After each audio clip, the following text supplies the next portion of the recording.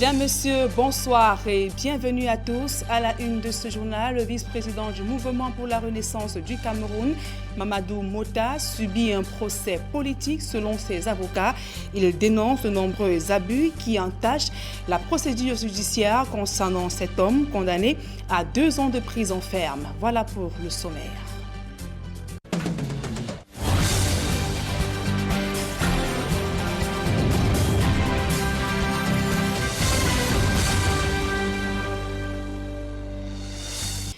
Mesdames, Messieurs, une fois encore, bonsoir et merci d'honorer ce rendez-vous de l'information sur Equinox Télévision. Je vous le disais en titre, les avocats de Mamadou Mota dénoncent un procès politique contre le premier vice-président du Mouvement pour la Renaissance du Cameroun et ses co-accusés.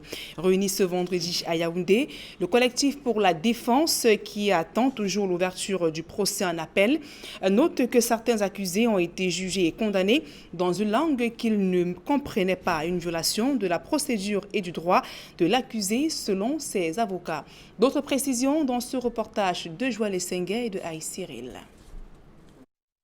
Inculpés pour rébellion en groupe, tentative d'évasion en coaction et destruction en coaction au cours des événements survenus à la prison centrale de Kondengui, le 22 juillet 2019, Mamadou Mota et 159 autres détenus ont été jugés séparément et condamnés chacun à des peines allant de 1 à 3 ans d'emprisonnement. Une violation à la fois de la procédure et du droit de l'accusé, selon le collectif des avocats de la défense réunis à Yaoundé. Alors qu'ils étaient réputés avoir agi ensemble et de concert, le parquet du tribunal saisi a cru bon de les séparer arbitrairement en plusieurs groupes de 50 personnes environ et de les faire juger ensuite par 6 juges différents au cours de 6 procès différents. Malgré cette entrave évidente aux droits élémentaires de la défense, qui veulent que des co-inculpés réputés avoir agi ensemble et de concert soient jugés ensemble et puissent même s'interroger mutuellement pour aider à la manifestation de la vérité, des peines de prison allant de 1 an à 3 ans ont été distribuées automatiquement et de manière aléatoire à 160 personnes. Pour la défense, les personnes condamnées ont été interpellées simplement parce qu'elles sont anglophones pour les uns, militants du MRC pour les autres. Le collectif conclut qu'il s'agit d'un procès politique, d'autant que le verdict a été rendu dans une langue que ne comprenaient pas certains accusés.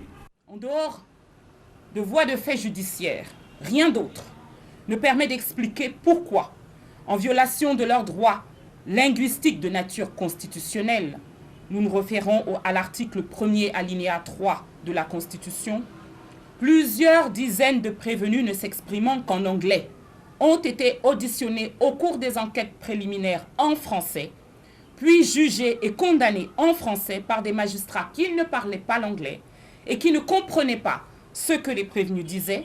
Si le collectif des avocats de la défense s'inquiète de l'état de santé de leurs clients exposés au risque de contamination au coronavirus à l'intérieur de la prison de Kondengui, il note également pour le déplorer que les audiences se poursuivent sans le respect des mesures de distanciation à la cour d'appel du centre. La non-ouverture du procès en appel ne s'explique donc pas selon la défense. À la cour d'appel, comme dans de nombreuses autres juridictions, les audiences ont repris à un rythme quasi normal et la limite officielle de 50 personnes dans la salle n'est plus respectée. De l'avis de la défense, donc, les mesures de distanciation invoquées par le parquet général ne sauraient être admises comme motif réel de non-extraction de Mamadou Mota et des autres, ni justifier les reports incessants et répétitifs d'audience dans leur dossier. Le collectif des avocats de la défense affirme avoir saisi la cour d'appel du centre à Yaoundé afin que Mamadou Mota et ses 159 co-accusés bénéficient d'un procès juste et équitable. La hiérarchie de la cour d'appel du centre a été saisie d'une requête de la défense sollicitant la modification de la composition de la cour pour la rendre bilingue, que cette affaire soit jugée en audience de session, donc au cours d'une audience dédiée, ce qui aurait permis de prendre des mesures de distanciation en choisissant une salle d'audience assez spacieuse, ce qui existe. Les avocats de la défense relèvent enfin qu'il a fallu 6 semaines, soit 1 mois et demi, pour condamner 160 personnes. Paradoxalement, on attend depuis 10 mois que s'ouvre le procès en appel. Reparlons de la mort de Samuel Ouazizi. Le mouvement Stand Up for Cameroun dit non à la violation des droits de l'homme et libertés dans notre pays. Les membres de ce mouvement de la société civile étaient ce jour face à la presse à Douala pour dénoncer les dérives autoritaires du régime de Yaoundé ayant conduit à la mort de ce journaliste. Le kidnapping de Kingsley Njoka ainsi que de tous les acteurs politiques et activistes anglophones incarcérés dans les prisons du Cameroun. La coordonnatrice de ce mouvement, par ailleurs présidente du CPP, appelle les Camerounais à se lever pour dire non à la dictature et l'abus de l'autorité du régime de Paul Biya sur ses compatriotes. Une mobilisation à laquelle prenaient part des journalistes, avocats, hommes politiques de plusieurs partis. Écoutons donc à présent cette réaction d'Edith Kawala au micro d'Equinorx Télévision. Le cas de Ouazizi nous a touchés parce qu'on a tous imaginé. Imaginez avoir votre fils que vous cherchez pendant plus de 300 jours et qu'à la fin, on vous dit qu'il est mort il y a une dizaine de mois. Nous avons choisi aujourd'hui à Stand Up for Cameroun d'aligner ces différents cas de violence de l'État du Cameroun contre ses citoyens sans pouvoir rendre compte aux citoyens. On est face à un État qui ne respecte plus ses propres règles. Les lois qui sont sur place et dont il est garant, cet État ne les accepte pas. Les Camerounais, arrêtons de compter les cas. Garbou hier, Ouazizi aujourd'hui, Atoubé et Belitou demain, les Mancho, les Pen, les Mota, les Ngalim et Tchouta, etc. sont en prison. À Stand Up, notre message est simple.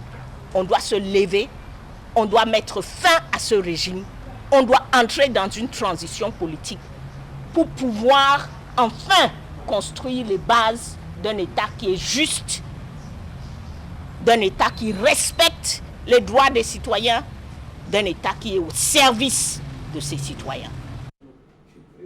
Tout autre chose à présent en santé, face à la pandémie du coronavirus qui vit au Cameroun, les communes de la région de l'Ouest font bloc pour relever les défis qui minent leur localité, notamment les difficultés d'accès à l'eau potable ainsi que d'assainissement des villes. Au cours d'un atelier à Tian, dans la région de l'Ouest Cameroun, ces élus locaux ont pris l'engagement d'accroître les efforts pour répondre aux besoins des populations. Le compte rendu de l'Éclair Sakem. L'eau potable pour tous. Cette phrase sonne comme un slogan creux pour les populations de nombreuses communes du Cameroun. Dans plus d'une localité, le précieux liquide est un véritable sésame. Il faut parcourir des dizaines de kilomètres pour s'en procurer. Nous avons des sérieux problèmes pour avoir accès à de l'eau potable. Trouver de l'eau est très difficile. Le matin, nous devons parcourir des kilomètres pour puiser de l'eau, pour faire du ménage et pour laver les vaisselles comme à l'accoutumée. Cet aspect de la gouvernance locale est au fil des années et reste un véritable caillou dans la chaussure des municipalités. Plusieurs d'entre elles, nantis que de maigres moyens, se battent au quotidien pour mettre de l'eau potable à la portée de leur population. Mais difficile de sortir la tête de l'eau. Le manque s'accentue avec la croissance de la population. Nous savons tous que nous devons nous laver les mains avec une eau coulante. Et nous savons également tous que la mairie souffre, j'allais dire la commune de Tian souffre d'un grave déficit en eau potable. Et comment pouvons-nous parler de l'hygiène et de la salubrité sans eau? Vous comprenez pourquoi, malgré le fait, il faut le dire, que cette question d'aménagement des points d'eau n'ait pas été prévue dans le plan d'investissement annuel, l'exécutif communal a, à travers des échanges faits avec des partenaires économiques, réussi à les convaincre qu'il était bon qu'ensemble, nous puissions mener cette lutte, qui est une lutte commune pour sauver les populations de la ville de Tchang.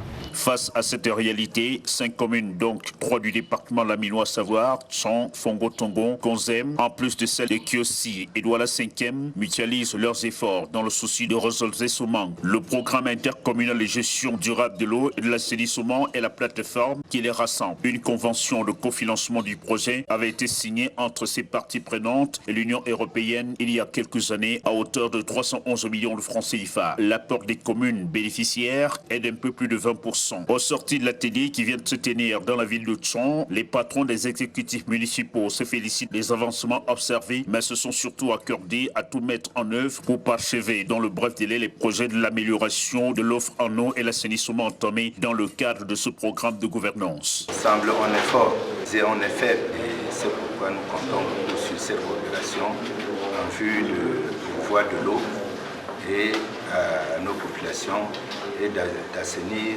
notre environnement. Au sorti des travaux avec les techniciens, ce qu'ils ont fait, 6 recommandations. Et ces recommandations, nous allons les suivre à la lettre pour pouvoir relancer notre programme. Nous avons pris connaissance du programme qui est assez riche. Maintenant, le programme est à son terme.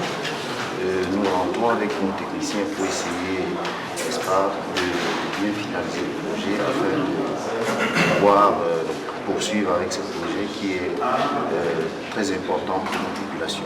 Peut-être un début de solution au sentinelle problème d'eau et d'assainissement dans les communes concernées. Et le Conseil constitutionnel, désormais au complet, un nouveau membre a prêté serment ce jour devant l'Assemblée nationale et le Sénat réunis en congrès à Yaoundé. Le professeur Joseph Owona intègre ainsi la plus haute instance du pays après sa nomination le 15 avril dernier par le chef de l'État, Paul Biya. Guizogo, reportage. Au cœur du congrès du Parlement, un nouveau membre du Conseil constitutionnel, le professeur Joseph Owona, a ceint ses habits de sage constitutionnel dans une ambiance où les rituels républicains ont pris toute leur place. Côté cérémonial, après les indications du président de l'Assemblée nationale, le professeur Joseph Owona a délivré son serment. Je jure de bien et fidèlement remplir mes fonctions, de les exercer en toute impartialité, dans le respect de la Constitution, de garder le secret des délibérations et des votes, de ne prendre aucune position publique, de ne donner aucune consultation sur des questions relevant de la compétence de la Cour. Nouveau membre du Conseil constitutionnel, le professeur Joseph Owona suscite à la fois satisfaction, attente, mais aussi des critiques acerbes de ceux qui ne croient pas que sa nomination change quelque chose.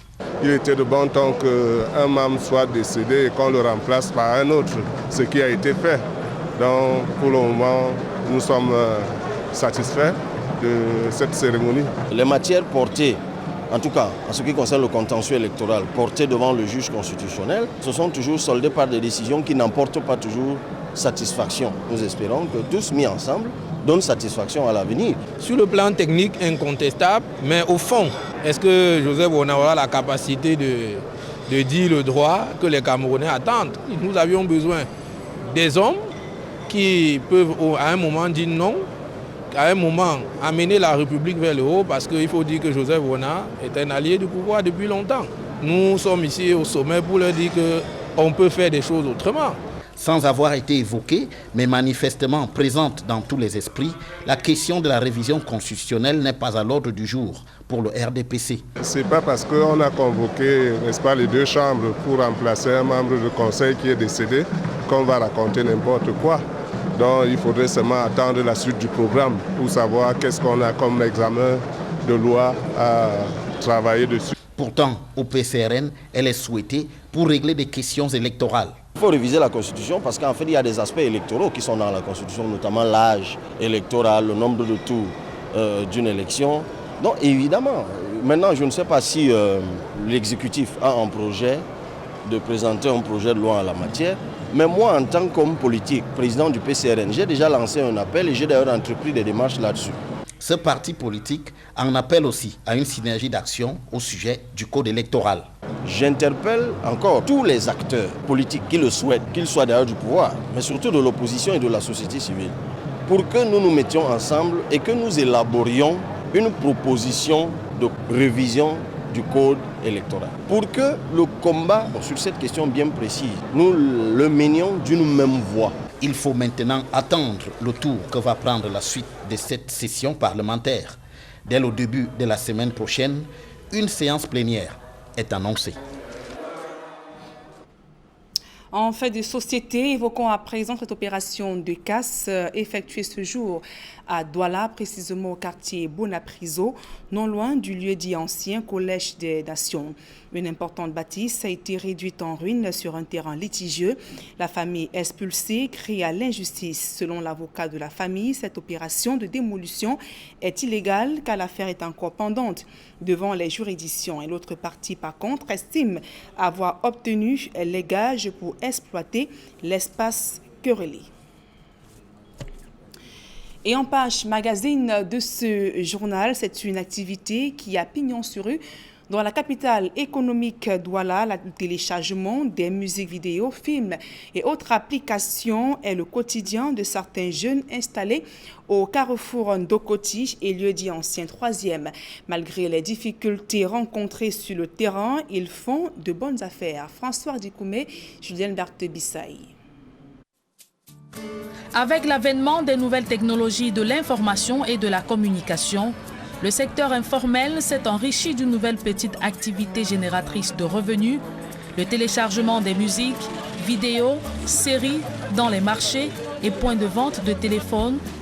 À Douala, capitale économique, le carrefour d'Okoti et le lieu-dit ancien 3e sont des coins par excellence où prospère ce petit business de téléchargement. Sur un étal de fortune, un ordinateur desktop ou portable, une connexion Internet, c'est l'essentiel de l'outil de travail de ces jeunes passionnés des NTIC. J'exerce dans ce métier, ça fait pratiquement 4 ans. J'ai d'abord été passionné par la technologie et aussi avec le quotidien qui est un peu dur là, difficile. J'ai trouvé que bon, je peux aussi vraiment m'en sortir dans ce domaine pour gagner mon pain. Ici, chaque client a sa préférence. Actuellement, ce que le client demande le plus maintenant, c'est la mise à jour de leurs applications WhatsApp et création de comptes iCloud dans les iPhones et aussi le changement de séries. Parce qu'il y a des séries qui sont maintenant à la mode et la plupart des clients n'ont pas accès sur leur PDX dans le câble et ils trouvent ça facilement marché. Les amateurs de musique, films, jeux vidéo y sont généralement bien servis à des prix à la hauteur de la bourse de tous. Le coût, ce n'est pas le même. Par exemple, la série d'une saison à 1000 francs. Il y a des séries qui comportent peut-être 15 saisons, 10 saisons. Mais vu les moments difficiles, le client peut te proposer par exemple 300 par saison. Tu es obligé de jongler. Pour télécharger une série entière, une série peut-être de 8 épisodes, de 8 saisons. La saison coûte 500 francs, une saison. Une saison entière coûte 500 francs. Oui, et si c'est une série de 8 saisons, ça va te faire 500 fois 8, donc 4000 francs la série. Bon, quand c'est de musique uniquement, on prend seulement VS dans le téléphone des clients. S'ils veulent le style nouveauté, on porte le dossier de nouveauté 2019-2020. On lui balance dans le téléphone, fait maintenant le choix étamiste, ce qui est bien, il sélectionne, ce qui est mauvais, il supprime. Le petit métier nourrit son homme. Le minimum de la recette journalière, 3000 francs CFA. Je trouve mon compte, ma recette journalière et avec toute la concurrence, parce que maintenant la technologie, beaucoup se dirigent par là. La journée, même si j'ai beaucoup fait, j'ai fait peut-être une recette de 10 000. 10 000 quand c'était bon, quand ce n'est pas bon, c'est 3 000. À leur poste de travail des premières heures de la matinée à la nuit tombée, ces jeunes envoient de toutes les couleurs avec leurs clients, surtout avec les plus exigeants. Il y a des difficultés, telles que les supports, les cartes mémoire, les clés USB, et parfois aussi des erreurs de travail en téléchargement. Parce qu'il y a des clients, quand il se fait procurer un support, un faux support, et que si tu n'as pas vraiment été à la lettre, si tu n'as pas vraiment été vigilant, il risquera de venir dire que tu as changé sa clé ou tu n'as pas téléchargé ses musiques. Et là, ça fait problème. Diplômés pour la plupart au chômage, ces jeunes à force de créativité et de détection des niches d'opportunités ont réussi à se frayer un couloir et trouver des moyens de subvenir à leurs besoins, même s'ils sont vus d'un mauvais œil dans l'univers musical et cinématographique. À présent, nous parlons santé dans ce journal et en première ligne de mire dans la lutte contre la pandémie du coronavirus au Cameroun. Le centre des urgences de Yaoundé vient de recevoir du matériel anti-Covid du ministre Paul Atangandi, des équipements qui devraient donc permettre de renforcer le dispositif de prise en charge des malades atteints de cette pathologie au Cameroun. Gizogo, reportage. Le centre des urgences des opérations vient d'accueillir un don du chef de l'État dans la lutte contre la Covid-19. Le ministre de l'administration territoriale l'a remis au ministre de la Santé publique au sein de cette structure à Yaoundé. Après avoir remis il n'y a pas longtemps les tests de dépistage rapide, le chef de l'État a voulu à travers ce geste booster le moral du personnel de la santé avec les 100 000 masques chirurgicaux, les appareils d'assistance respiratoire, l'ambulance et puis les autres gadgets pour permettre au ministère de la Santé de faire le travail. Vous savez que le ministère de la Santé est dans la logique de décentraliser la riposte, une logique qui est très efficace. Pour le ministre de l'administration territoriale, c'est l'occasion de rappeler que les autorités administratives vont œuvrer aux côtés du ministère de la Santé publique sur le terrain. Les autorités administratives vont accompagner ces structures sur le terrain. Et qu'à chaque fois, quand il y a un problème, les autorités administratives vont nous faire monter l'information, le ministre de la Santé sera informé et ensemble, on peut rapidement combattre ou tordre le cou à cette pandémie qui fait perdre le sommeil même aux grandes puissances. Outre les 100 000 masques chirurgicaux, les 20 respirateurs, les 700 combinaisons de protection, les lunettes de protection et les gants de soins, une ambulance fait également partie du don remis. Avec ces nouvelles acquisitions, le gouvernement entend montrer qu'il monte en puissance alors que de nombreuses critiques ont été entendues ces derniers jours sur sa gestion de la Covid-19. Et à présent, cette décision dans l'affaire Jean-Marie Taga Fosso, vous vous souvenez certainement, le procès dans lequel cet homme d'affaires était accusé d'enlèvement d'enfants et maltraitance sur 2 jeunes filles. La justice vient donc de blanchir le mis en cause qui s'estime rétabli dans ses droits. Cependant, la défense a tout de même fait appel. Georges Mitterrandam, Donald Brice, Kamgan. Nous y reviendrons dans nos prochaines éditions d'information. Au bas de ce journal, l'artiste musicien Claude Ndam n'est plus. Il est décédé la nuit dernière des suites de longues maladies à son domicile situé à la Cité Verte à Yaoundé. L'on se souvient qu'il a été victime d'un accident vasculaire cérébral le 15 février dernier et conduit à l'hôpital central de Yaoundé. Claude Ndam, ancré dans les rythmes folkloriques, jazz et rock, était un producteur de rythmes puisés dans nos traditions. Le peuple Bamoun, dont il faisait partie, le compte comme l'un des meilleurs vecteurs de sa culture.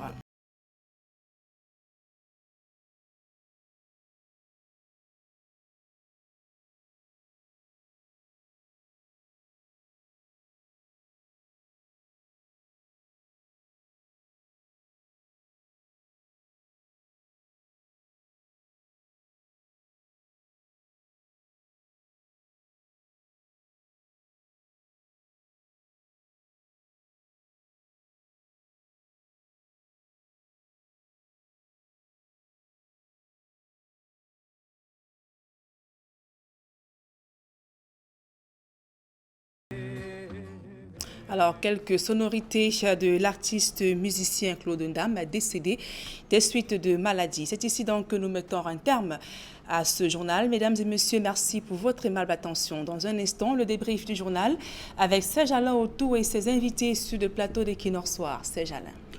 Voilà, le Conseil constitutionnel Nadine Yambou affiche désormais complet. Le professeur Joseph Owona a prêté serment ce jour devant le Parlement réuni en congrès. Ce jour, à Yaoundé, le professeur Owona remplace comme ça Jean Fouman Akam, décédé le 13 janvier 2019. Ce sera donc l'essentiel. Equinox Soir, deuxième partie, Nadine Yambou. Bonne soirée à vous. Bonne soirée à vous, Serge Alain. Rendez-vous vendredi 20h.